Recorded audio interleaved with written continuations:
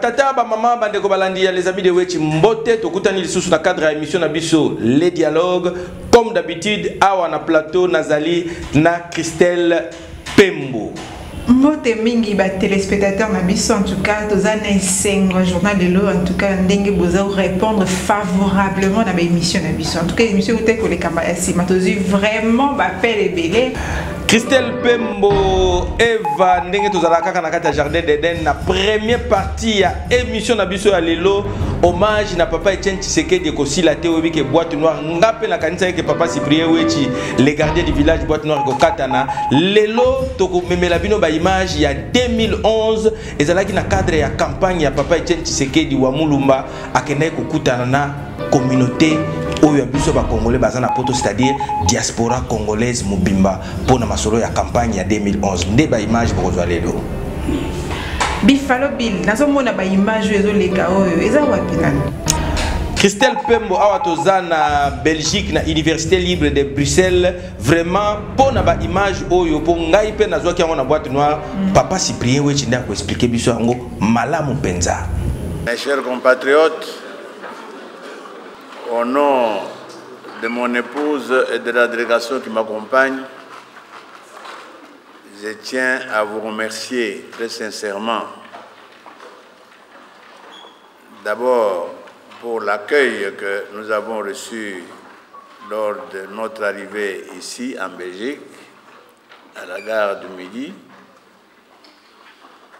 Ensuite, pour ce témoignage de soutien et de sympathie que vous tous dans cette salle, vous êtes venus me témoigner. La deuxième partie émission na biso bombel biso nini des shérifs de Pakadjouma. Voilà les shérifs de Pakadjouma na pesiba na Pakadjouma nyonso tout mbote na deuxième partie ya émission na biso tolobi boye. Avant arriver à pape n'est pas égal na départ ya pape. C'est-à-dire le kuta et comme trop tellement trop yango tango totambola ki na cité ba congolais ba sepela ki na émission leki ba ebisaki biso ke tolobaki mingi makambo ya Kabila mais cette fois-ci balobi n'importe Kabila batekaki mabele na biso na Rwanda tokobeta masolo wana awa na papa Cyprien Wechi to reconnaître bien que to kotaka na libulu ya kokote la Rwanda mais awa tozongi na Congo boluke la biso place to boité. Christelle Pembo na troisième partie yo o memeli ba téléspectateurs na biso les amis de Wechi nini Bifalo Bill kaka na cadre ya réconciliation papa lobi ke papa zalaki dernièrement to elimino contrôle papa ya élection. La question de règles de jeu pour donc les nationaux, les observateurs nationaux, les partis politiques. Cette question se pose avec beaucoup d'acuité. Pourquoi? Parce que les partis politiques ont fait savoir que sans financement, ils sont incapables de déployer les témoins dans les 50 000 bureaux de vote. Ils demandent à la commission électorale de donner les moyens. La commission dit je n'ai pas ces moyens-là. Et c'est même interdit parce que si vous venez surveiller le travail de la commission, vous ne pouvez pas attendre la commission qu'elle finance encore votre travail de surveillance. Donc on ne sait pas quels sont les organismes qui peuvent aider les partis politiques à ce qu'on puisse déployer les témoins de ces partis à travers les bureaux de vote. C'est important, mais quel mécanisme est possible? Ça, ce n'est pas facile à répondre. Et bon, Bifalo Bill, pendant que si cette émission, au bon bel téléspectateur na biso. Voilà Christelle Pembo ebike émission na biso ya les amis de Wechi les dialogues tozalaka kaka na suka pona ko kitisa ba température ba soki température mataki po mikolo tozotia biloko moko ya choc penza oh voilà biloko ya choc yango pona ko sukisa lelo to ko mema bandeko na biso ba congolais na Congo central autorobi ezali mabele ya ancien président Kasavuvu premier président de la République démocratique du Congo. Kuna na Congo central tozali pe na Jean-Claude Mvwemba, hein Christelle, tozali pe na Kisombe, famille Kisombe. Et je peux tozana papa Nemwanda Seme. Voilà, bandeko lelo tokotie la bino musique ya ba Congo. Oyo lelo to komo benga Congo central.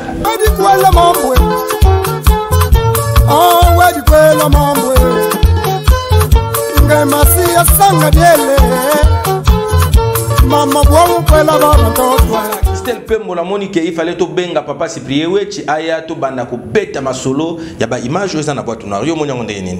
Oui, il fallait bien en tout cas on a confirmé malobana on a soutenir yo tel moi si malade va soutenir au bail. Donc là yo Adam na soutenir malobana yo ba image photo là qui sa papa Wechi fois la wana lokola expert maison oyebi aza lévrier formidable ndenge to yebi yende mutu azaki sima caméra pour nako luka ba image ko luka ti place ba secret nion sur mboka Congo ezali ah presque na tout ya ba image ba secret belé pas nae ndana ba secret belé bota le kabwe voilà donc tous la yé moko za wana comme ça a éclaircir pour imaginer de tazo kiti a éclaircir biso ba image toujours lekisa voilà bande ko balandi tobengi papa Cyprien Wechi pona bino e bongo to banda mala moko na hommage à papa Etienne Tshisekedi. Christelle Pembo awato yambi papa Cyprien Wechi masolo e bandi. Voilà. Merci mingi bifalo bil na mabalobo pesinga na yine kaka na lo papa Wechi a expliquer biso parce que yé mutazala ki kozo ba image a expliquer biso et sikani yazo ki ba image oyo. Bande ko balandi mbote na bino les amis de Wechi na pointe ndenge to yebisa rabino Tshisekedi azotambola poto mobimba. Biso lelo tozana kata Belgique akomi pe awa tozeli bandakala to umeli na salle masole leki kuna ya ndenge na ndenge batu nyonso bazoyebisa biso akoya bazo soutenir ye na batu mususu ko tondimaki te ba soutenir ye ba soutenir ye kaka mais to mituni soki likambango eza ya solo to likambango eza ya tantôt peut-être bino mo boyebi ka makambango ndenge ezala donc azokomela biso kala mingi te bomoni dispositif nyonso ndenge ezali awa moyen to lo baso ezate na ya biso ya batu mwindu a Cyprien baluka kuno zola biso pe ya mindele bandimaki ya mindele pe bazati banoko pe bazawana donc sécurité ezali makasi tozoyeba te soki makambango ekosuka ndenge nini yango tolingi tozela ye moko azokoma tantôt tokoyoka ba vie na ye tokoyoka soki akozala toujours candidat tamsu pa ko loba ozala ne sous candidat te apo atamboli mingi ya lembi lelo tokomona ye meso atangila comme ça bongo soki likambango ekozala justement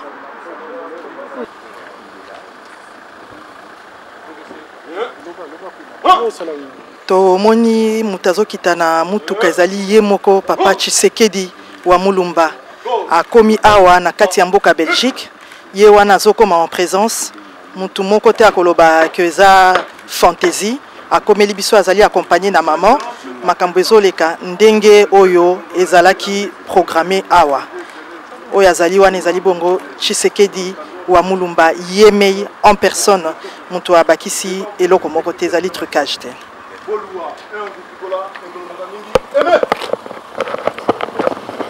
Bande ko balandi tozana cadre ya hommage ya papa Etienne Tshisekedi tolobaki tokosuka nango tina le 16 janvier tozoko bakaka papa Cyprien Wechi pe très têtu chaque jour azobimisela biso ba image na boîte noire papa Cyprien Wechi tomoni wana eza nostalgie ya papa Etienne Tshisekedi ou comment parce que tomoni mbinga moko mobali wana na bateni puis na moni na insigne oya Zaïre flambeau hein.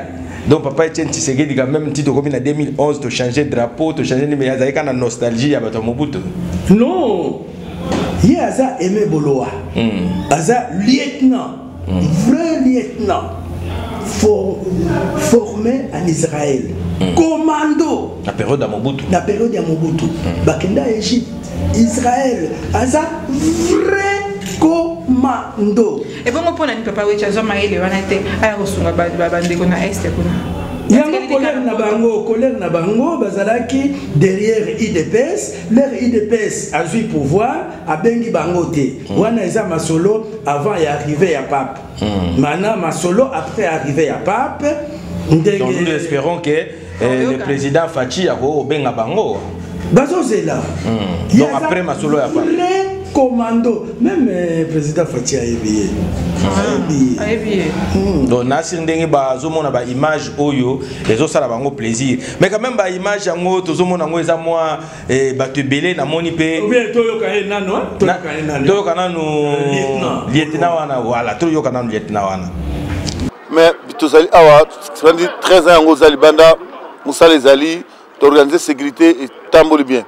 ngaso na ko intervenir parce que na bisaka que non batu na mboka ba soda bazala ba soda ya solo tozali humilier na monde mobimba ba soda congolais batanga mingi mais bazali rien to mona ka ndenge bakanga connaît Gwato mutatanga akina Sarma général Lango babomi général Mokonzi babomi bakonzi belé bambuza mabe alors siko ekominini makira na biso pona ekole zali makira na biso pona bantaba tala ba officier ba alia ba lieutenant ba capable bazali à docteur ba ebele ba capitaine ba ebele donc vraiment compétence zali pona minimum ya bato moko pona pays moko ya muke bien sûr baza appuyer na occidentaux to to ba Égypte eza puissance danger bani ba solo su ba yebi 10e brigade égyptienne yaki parmi les premier et le premier bâton le plus puissant du monde même na télé balobakiango mais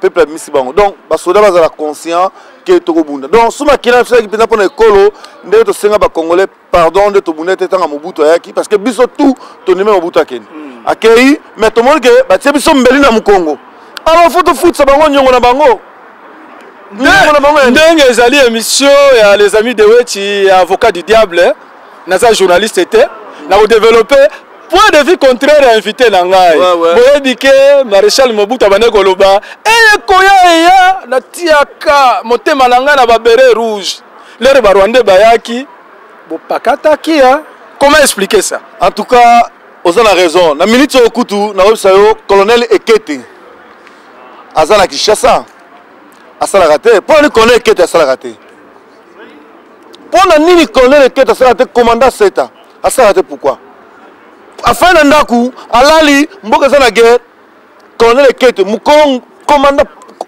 ya Ngando unité Ngando ya makasi azana Kinshasa colonel Bosomba azana Braza mais pas ba osala te parce que bayebi ke su bato wana basali babundi bato gagner pona nini to bimaki d'abord wana eza vérité pona nini bokimaki Tokimaki voilà en commençant par mon lieutenant à côté de ngai okimaki pona nini okimaki Nabima na Kinshasa le 15 décembre 97 donc déjà 6 mois président Kota Kabila Kotaki donc na kimagité tant que combien na moni que loué yé nene obima mais est-il que mon colonel voilà mon colonel Nabiso un grand colonel Nabiso munene artillerie ya DSP filmer na colonel filmer na colonel DSP au mokonzi artillerie ya DSP tala oyo mokimombe yebi formé na Israël tala zali ozomona donc tobima pourquoi parce que trahison et les gars qui na armée ozomona na pesa unité à 7 ans ba colonel que de tirer le afin ndako azana voiture Mercedes baby coûte pièce de rechange ozanga parce que aibate est-ce que ça méchant non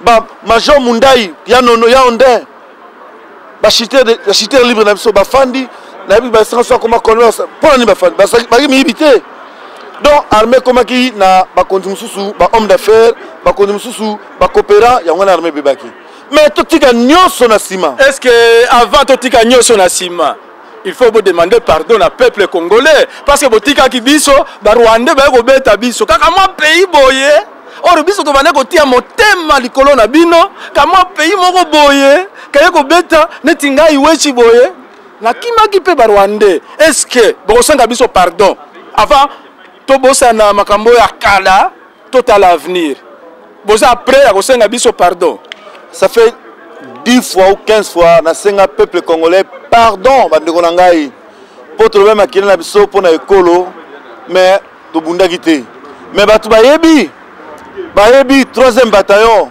mukwa moko bayebi ndenge tosala na Goma bayebi nde to bundaki avant major Eli Gangala ya kufa eloni esalema bayebi nani école ya Gassier bundaka na Butembo na Beni na guerre sur trahison elle-même il y a 2 minutes pour poli mais peuple congolais de laisse sale ça sera va famille ndenge ba mongo balobi bata o makankana na ba mongo balobi yango ba bomaka ndeko te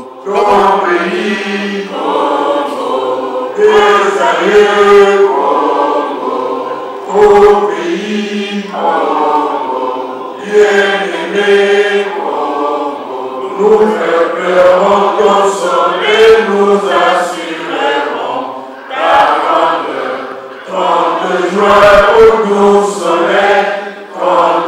lueur du 30 juin, jour sacré soit le témoin, jour sacré de l'immortel, serment de liberté,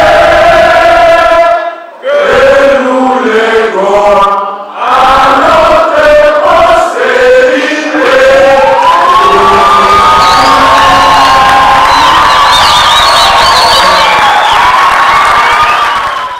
Voilà, bandeko balandi, tozo continuer émission na biso Christelle Pembo tozana na plateau na papa Cyprien Wechi tozo beta kaka masolo ya le dialogue lelo ba congolais bazo sepela trop tolobi boye avant arriver à pape n'est pas égal na départ après départ il y a pape, c'est-à-dire avant arrivé à pape le kuta ezalaki trop masolo ezalaki mutu na mutu anda ko beta na ndenge na ye nde biso pe na émission o eleki awa biso to beta ki masolo. Est-ce que le kuta ezalaki avant Christelle? Le kuta ezalaki avant? Oui papa, le kuta penze vandaki makasi. Oui, le kuta ezalaki papa Cyprien Wechi yango na émission o euta ko leka awa biso ba les amis de Wechi to tiaki image ya ancien président Joseph Kabila Kabange Oyo ye na 2001, c'est-à-dire 2 mois après kokota na kibokonzi na ye azolela na communauté internationale ke na mboka na ngai kuna génocide ba Rwandais baza ko occuper mabele na biso ba Ougandais et consorts, mais biso to koselaki makambo ke ye aza génocidaire yango na émission wana na cité ndenge to tamboli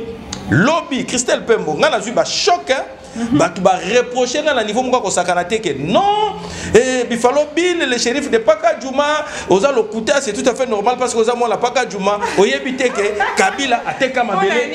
C'est tout à fait normal pour la Paka Djouma. Je ne sais pas, c'est ça que Djouma. Paka Djouma, biso to zaba toté. Voilà, c'est-à-dire Balobi que non.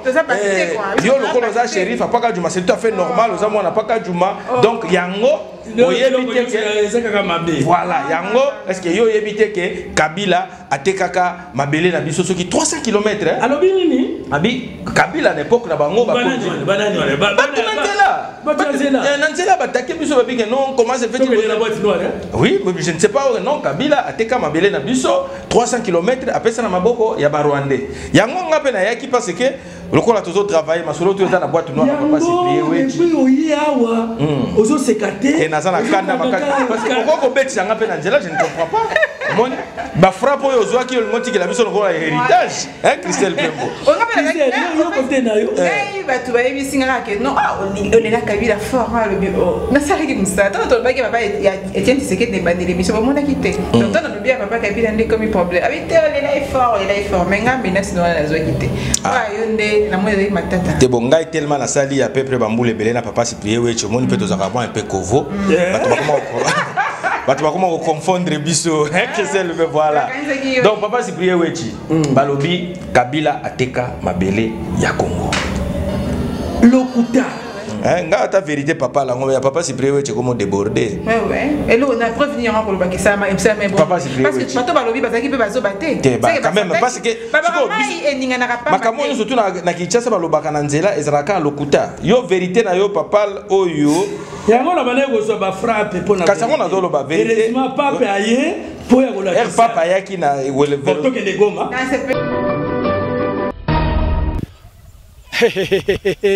ngai moko naza na kati ya terrain oyo balobi borne 12 donc balingi basa la zone neutre parce que pour le moment tozo yebate Rwanda Congo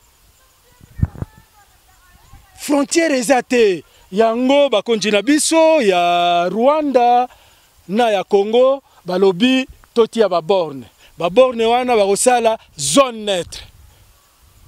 À partir de borne oyo 6 mètres 25 ndako ya Rwanda kozala te bakobuka yango côté Congo 6 mètres 25 bakobuka nzela ekoleka de telle sorte que ceux qui oye oza la possibilité à koyeba côté boye Rwanda côté mosusu Congo bino bana poto bolobi Raisi Kabila Kabange ateki mabele la biso la Rwanda te borne oyo ezalaki installé par Léopold II les Flamands oyo tobane kobenga bango ba kafru dumununduje donc discussion ezate Rwanda ekotikela ya ba Rwandais Congo ekotikela kaka ya ba Congolais mais nous sommes obligés de vivre avec les Rwandais Et les Rwandais sont obligés de vivre avec les Congolais. Ils n'ont pas choisi. Baza voisin. Biso pe voisin na bango. Il faut qu'il y ait une cohabitation régionale. Sans la cohabitation régionale, Torobongisa mboka na biso te. Livingstone du Congo. Voilà, tozo mona tozana goma yo moko to landa na commentaire. Eh, bozo mona wa, bazo buka banda ko na biso. Donc na goma ndenge bozo mona bazo buka banda ko na biso. Biso Rwanda sur le plan international a quelque se lamenter que biso to côté lié na Rwanda. Biso na Congo tolobi bakonzi na biso bateki 300 km na Rwanda. Mais sur le plan international bazui décision ba retrouver ba borne. Oyo ba Belge ba trasaka frontière. O ba Belge batika. O ba trasaka carte géographique. Carte géographique et le kaka na ba borne. Nde paquet ko retrouver. Omoni ngai naza na borne moko. 6e borne. Tolanda. Voilà. Platini Matissa volume ba Congolais ba ngo balanda papa Cyprien Wechi na Goma. Ndenge na bisaka bino Stale akozonga lisusu te. Livingstone akozonga lisusu te. Léopold II mutu oyo apesaki biso Grand Congo akozonga lisusu te. Babiso oyo nde to remplacer ba Livingstone ba Stale ndenge na bisaka bino bana poto bino kaka na poto bakonji na biso bateki mabele na biso na Rwanda. Je suis sur le terrain. Oyo eza 6e borne fixée par les Belges, les Flamands. Yango tozo tambwisa micro na biso. Balobi, il faut installer zone neutre. Parce que ndenge to bande ko vivre na ba Rwandais, to bande ko yebate. Parfois, ozo kanisa ke oza côté à Congo, oroza na Rwanda. Ba Rwandais pe bazo kanisa baza na côté à Rwanda, oro baza na Congo. Yango ba espère na biso ya Rwanda na ya Congo, ba ye ko retrouver ba borne fixée par les Flamands. Alors, Bagosala, 6,25 m côté Nabiso, 6,25 m côté Nabango. Comme ça, zone neutre et Gozala. To reconnaître bien que to kotaka na libulu ya kokote la Rwanda. Mais awa tozongi na Congo bolu que la biso place to boité. Donc ceux qui ne comprennent bien, non n'a pas ça qui bino permis de bâtir. Au permis de bâtir wana bozoloba. Biso to luka ki angote biso population. Bon bi bozana ba chef de quartier, bozana ba chef d'avenue. Bango ne bazaki koteka na biso ba lopango. Biso teko luka lopango. Oyebi limite ya Rwanda te. Oyebi limite ya Congo te. Oyene ko somba. Yo moko komia bisa ke wana za Rwanda. Il fallait chef d'avenue ya ke Rwanda oyo, Congo oyo. To sengi ko somba. Topo mola. Tobuki kwa za Rwanda. Après ko somba. Lero bobana ko vanda mama pusa na boya. Lero bobana ko vanda. Bobana ko futa impôt foncier na mairie. Eza lokutarte po bayaki ombule le kaki. Localité lobaki to futa pako ya leta. To futa ki. Oyo pako ya tour nde to futa $4. Bona ni mo futa ki biso webi ke eza Rwanda. To boite, to boibi pesa. Lokola Congo ibaki Rwanda. To boite, to boibi pesa. Lokola Congo ibaki Rwanda. Bazolanda yo bakonzi ya mboka bazolanda yo ko ebisa bango nini yango na solo bona bakonzi ya mboka na solo bona mutu moko te me bakonzi yango na solo bona bango po bango nde bapesi mitindo misalo esalema eloka le bosola ngina tuna yango oyo toyebi ke frontiere ezalaka na bamboka nyoso babono pe ezalaki siko tango bato bazalaki kotonga le tango ezalaki wapi pe kanga miso ti ya kokoma ti na ndenge ya boy wana ezaloka liboso lokola bazui déjà ba mitindo batu baza l'évacuer na ndenge bazalaki na kimia wana ntango bazalaki kotonga bazosala eloko moko te babiki no bato déjà na ndenge sengeli baotonga na ndenge sengeli te na ndenge sengeli te lisusu ndenge za ndenge oyo ba autorité ya mboka toloba neti na ba mairie nyonso wana ba parcelle nyonso ntango bazalaki koteka ngo bazalaki kozwa ba 10%. Donc ba parcelle oyo bozana ba autorisation de bâtir yango wana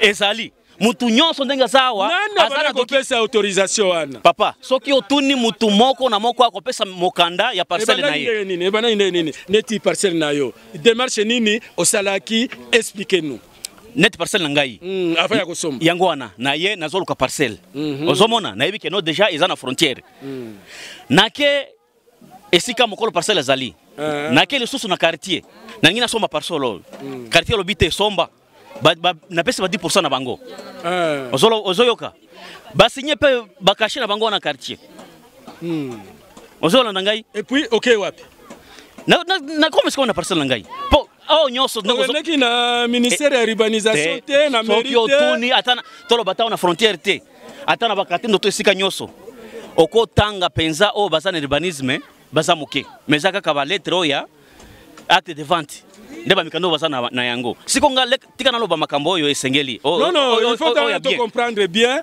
to lukanano responsable nani aza responsable alors il faut bien expliquer chef ya quartier apesi yo mukanda et puis obandi kotonga kaka osali enregistrement te ezaboy tala tango na solo ka parcelle ko somba wana wa expliquer na sina sisi to komi na niveau ya chef de quartier apesi yo papier et après na lobby ata mairie ebeke no ba parcelle nyonso bazwaki yango apamba te bazali ndoko somba boti kolanda mama soki bo poser une question na pesi bino image ngende la poser la question Christelle Pembo Moseka olobi nini avant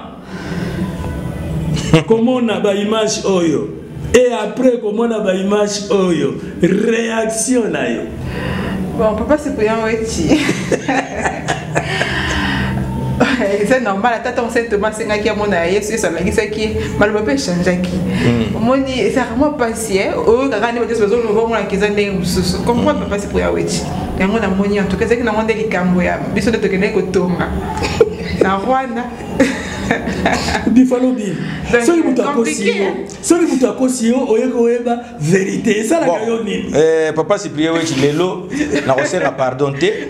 Kosenga pardon te. Lelo na kosenga pardon. Lelo na kosenga pardon. Parce que ça la côté à Rwanda. Lelo na kosenga pardon. Lelo na kosenga pardon. Lelo na kosenga pardon. Ngana kosenga pardon te parce que webi keza na côté à Rwanda ba makambo ba osala. Ngaku tu pona ngana linga ki memba poussa na lisusu. Ba kende ko tonga penza. Voilà ba tonga penza na kata parler mais loko ngana zo regretter zaka ke non. Vraiment gouverneur azo buka bandako apoto tonga tili ko la terrasse. Maintenant makamwane ke ti donc to traverser la frontière to ke ti na kati ya Rwanda. Pe mama na zo ba lingala. Pe na lingala moko ya bien na est. La est. C'est pas maman lingala bien hein. Chef de quartier.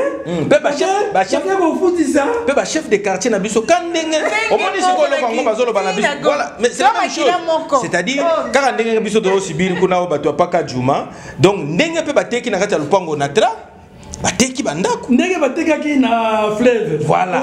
Donc ba chef à quartier ba yebi même pas ba chef ba commune so pe ba quartier ba yebi même pas ba limite. Ndenge bazo pesa batu lelo je koko ba komi ko finga ye, ba komi ko gouverneur na biso ba komi ko tiola ye partout parce que azozo bandako tili kolo a terrasse mutu azu pe na terrasse a tie ma belé.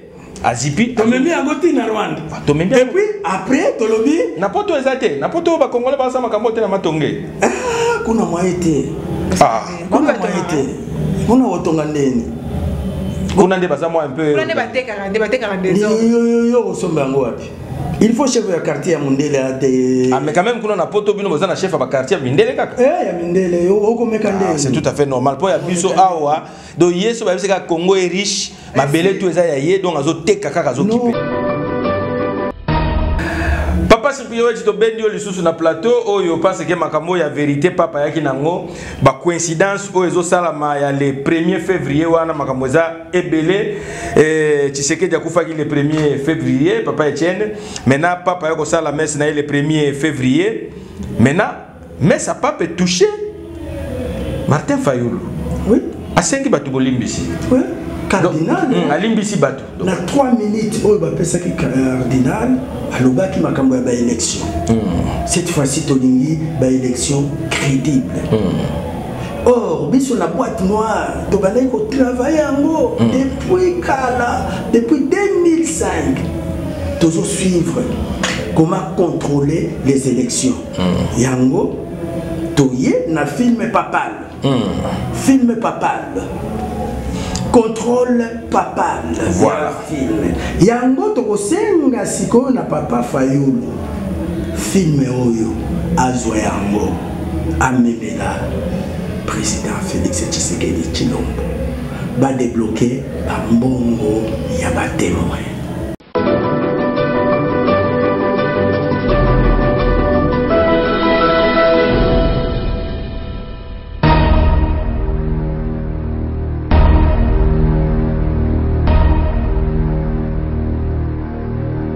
Le 23 décembre prochain, la République démocratique du Congo organisera pour la 3e fois de son histoire les élections présidentielles.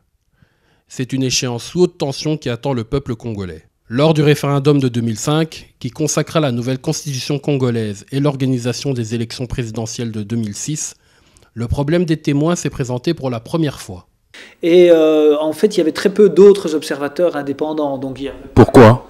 Ben, je n'en sais rien, mais je constate quand même qu'il y en avait beaucoup moins que lors d'élections en Europe de l'Est ou en Amérique latine. Et ça, je crois que c'est un message que je voudrais adresser pour la prochaine élection, c'est d'avoir un maximum d'observateurs nationaux et internationaux, parce que je crois que tout le monde a intérêt à ce que le scrutin se déroule avec une très grande régularité. Selon l'article 41 du Code électoral, les témoins assistent à toutes les opérations de vote, de dépouillement de bulletins, de compilation et de décompte des voix. Cette même loi précise également que le président du bureau de vote invite les témoins à contresigner le procès-verbal des opérations électorales. Les copies des procès-verbaux sont ensuite remises aux témoins qui les présenteront comme preuve de bon déroulement du vote à leur parti politique. Enfin, la loi électorale indique que les témoins sont à la charge de ceux qui les ont désignés et non à la charge de l'État ou de la CENI. L'absence de témoins n'est pas un motif d'invalidation du scrutin, sauf si ces absences sont provoquées de manière intentionnelle. La question de la crédibilité des élections en RDC repose donc sur la présence des témoins dans les bureaux de vote situés sur tout le territoire de la République. Il faut commencer à observer aujourd'hui. Est-ce qu'on a un rôle des petits-enfants? Est-ce qu'on empêche aux gens d'aller s'enrôler? Est-ce qu'on intimide les gens pour qu'ils n'aillent pas se faire enrôler? La fraude se maintenant. La fraude se maintenant. La fraude se maintenant. Et c'est là qu'il faut observer, qu'il faut contrôler. On attend seulement le jour du scrutin là pour dire non. Mais là, moi je les invite à venir observer maintenant, à voir comment on enrôle, comment les choses se font. À ce moment-là, on va être des bons témoins de tous les cycles. Et vous allez voir qu'il n'y a pas d'observateurs, de témoins des partis dans les bureaux. Et pour l'instant, il n'y a pas d'observateurs? Non, il n'y en a pas. Télé Matongué était descendu sur le terrain. Nous nous étions rendus au bureau de vote de Yolo Sud afin de vérifier le processus d'enrôlement de la population en vue des présidentielles de 2011. Aujourd'hui, il n'y a que les témoins des partis des ARC. Nous nous sommes ensuite rendus dans d'autres bureaux de vote, même constat. C'est le seul dit, je dois dire que tout le monde est absent ici. Nous ne voyons presque pas un parti politique qui s'est identifié d'une manière officielle. Mais nous avons des organismes qui passent de temps en temps, 1 ou 2 personnes par semaine en fait, si je dois le dire dans ce sens-là. Donc l'engouement n'est pas dans mon sens en rapport avec les partis politiques. Comme nous l'avait fait remarquer le président du bureau de vote, les partis politiques, toutes tendances confondues, n'envoient pas de témoins, à la grande surprise de certains responsables politiques. Ça, c'était chez Richassa, ça? Oui. Oui, oui. On en vient. On en vient. On vient d'un centre, c'était celui du Sud. Et on a constaté qu'il n'y avait pas d'observateur du UDPS. Eh ben, moi, ça aussi, je suis surpris parce que le secrétaire général avait pris toutes les dispositions pour que, au moins à Kinshasa, nous ayons un observateur à chaque bureau. Voilà, je viens d'apprendre maintenant qu'il y a un bureau où il n'y en a pas.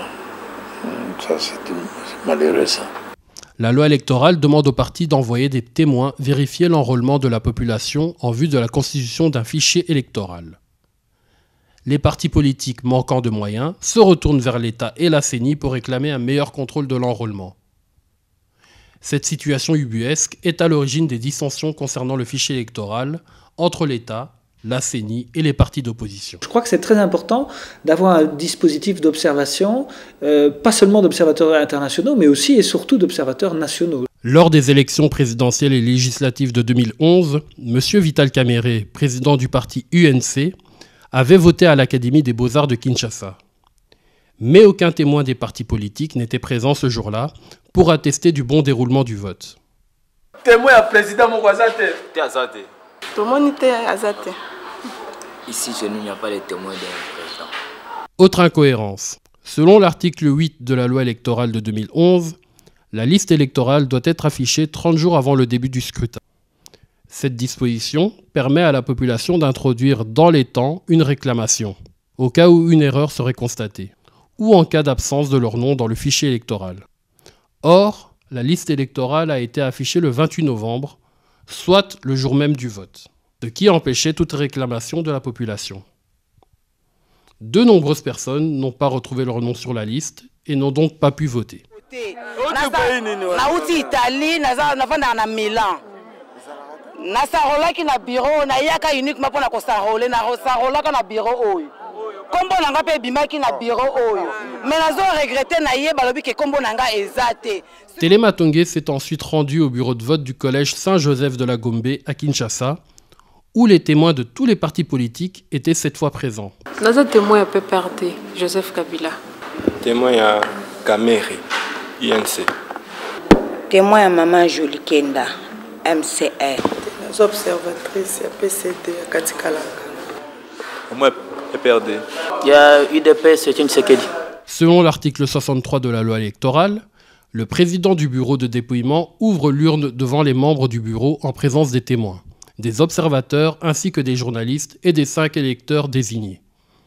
Il prend chaque bulletin, le donne à un assesseur qui le lit à haute voix sous le regard des témoins et le classe selon les catégories suivantes. 1. Bulletin valable. 2. Bulletin nul. À partir de là, tout s'est passé conformément à la loi et à la satisfaction de tous les témoins. Le comptage est fini. Nous sommes tous d'accord qu'il y a eu 90 bulletins de vote exprimés pour les législatives. Le président du bureau de vote classe les bulletins valables et calcule le total des voix obtenues par chaque candidat. Puis, dans l'article 68, il est stipulé qu'aussitôt le dépouillement terminé, le résultat est immédiatement rendu public et affiché devant le bureau de dépouillement, suivant les modalités arrêtées par la CENI. La fiche des résultats est signée par tous les membres du bureau de dépouillement et par les témoins qui en reçoivent une copie. Enfin, l'article 69 précise que les procès-verbaux de dépouillement et les pièces jointes sont acheminés pour centralisation et compilation au centre local de compilation situé dans chaque circonscription électorale, conformément au plan de ramassage arrêté par la CENI.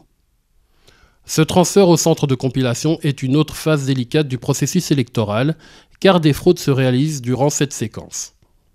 Comment ces fraudes sont-elles possibles ? Revenons ensemble sur ce que dit la loi électorale. Selon l'article 67, le président du bureau de vote donne au chef du centre de vote et de dépouillement les procès-verbaux qui sont placés dans des enveloppes distinctes et scellées. Sur chaque enveloppe est indiqué le nom et le numéro du bureau de dépouillement. Le chef du centre de vote et de dépouillement se charge ensuite de transporter au centre local de compilation conformément au plan de ramassage arrêté par la CENI. Il est accompagné des membres des bureaux, des éléments de la police, des témoins et des observateurs. Lors du transfert, auquel nous avons participé et dont nous vous montrons les images, vous pouvez constater que 1. La police n'était pas présente. 2. Le président du bureau de vote ainsi que les témoins n'étaient pas présents également. Seul le chef du centre était présent. C'est l'homme que vous voyez assis sur les sacs contenant les bulletins de vote. Il en ressortira de cette séquence que plusieurs procès-verbaux ont été soit compilés sans la signature du président du bureau de vote, soit tout simplement remplacés. On a accusé les gens ici de prendre les bulletins et d'aller le gaucher en privé là-bas. Ils peuvent se dire que nous sommes des bons, le président doit être là. On va amener tout ça à la Cour suprême. Pardon, président. Parce que c'est depuis hier, c'est depuis hier que nous étions là, depuis 8 heures. Tout ce qu'on a eu comme résultat, le président de centre, de bureau, n'ont pas signé. Ils ont seulement mentionné leur nom et prénom. Tandis que la loi dit, ils ont été formés, la loi dit qu'ils doivent signer. Je regrette. Mais c'est depuis hier, mon président. Moi, je viens d'avoir le rapport, on m'appelle, on doit appliquer la loi ici. Les présidents du bureau de vote, tu les as formés, n'est-ce pas? On leur a dit qu'ils doivent signer. S'ils n'ont pas signé, je regrette. Alors, président, à qui va incomber le sort? Qui va incomber le sort? La Cour suprême, madame, monsieur, la Cour suprême va se prononcer. Un point après. Ça, ce sont des bulletins qui sont nuls. En conclusion, pour rendre crédibles les prochaines élections présidentielles et législatives du 23 décembre 2018 en République démocratique du Congo, il faudrait que les partis politiques congolais puissent envoyer les témoins dans les 90 000 bureaux de vote répartis sur tout le territoire de la République. Les témoins, membres des partis politiques, refusent de travailler bénévolement. Et ces mêmes partis politiques manquent de moyens pour financer l'engagement du personnel, qui garantiront la transparence du scrutin. Il faudrait donc créer un fonds qui assurera le financement des témoins. Voilà, Lelo vraiment tellement to tozongi na tokei na province na biso ya Congo central kuna ezali province oyo tozongi penza na originalité ya makambo, c'est-à-dire lokola kaka na ba vérité papale tozongi pe na premier président na biso poto la musa pena misisa nyo surtout toke na Congo central et pas mboka ya Kasavubu azaki premier président na biso ya mboko pe kuna ndenzela pe ba mindele pe nande ba kotela ki na Congo central pour lelo to koma baba na ko sakana na biso ndenge ba la première capitale ya Congo ezalaki kuna voilà na ba Congo yango pona lelo to kosenga musique ya Congo central eza mboka ya ba Deo Kusu. Oui, mboka ba Deo Kusu, mboka ba Jean-Claude Mvwemba. Eza mboka ya papa oyo tobengaka honorable Mwanda Semi. Vraiment. Sans oublier Jacques Lungwana, honorable ya MLC. Nous la Tima aussi, hein. Oui. Pour na kosu kisa bandeko so totangi ba Congo baza ebele famille qui sombe musique na bino yango wana. Mudu nyonso kodo na kati ya piste alingi kobina. Mudu nyonso to alingi kobina kodo na kati ya piste. Yedadaloye lungile mokenike maleme bawene swa magombela mbele.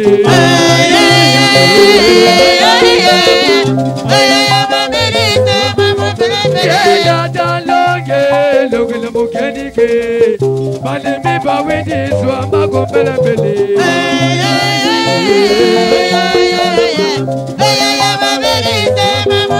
Yedadaloye lungile mokenike maleme bawene swa magombela mbele.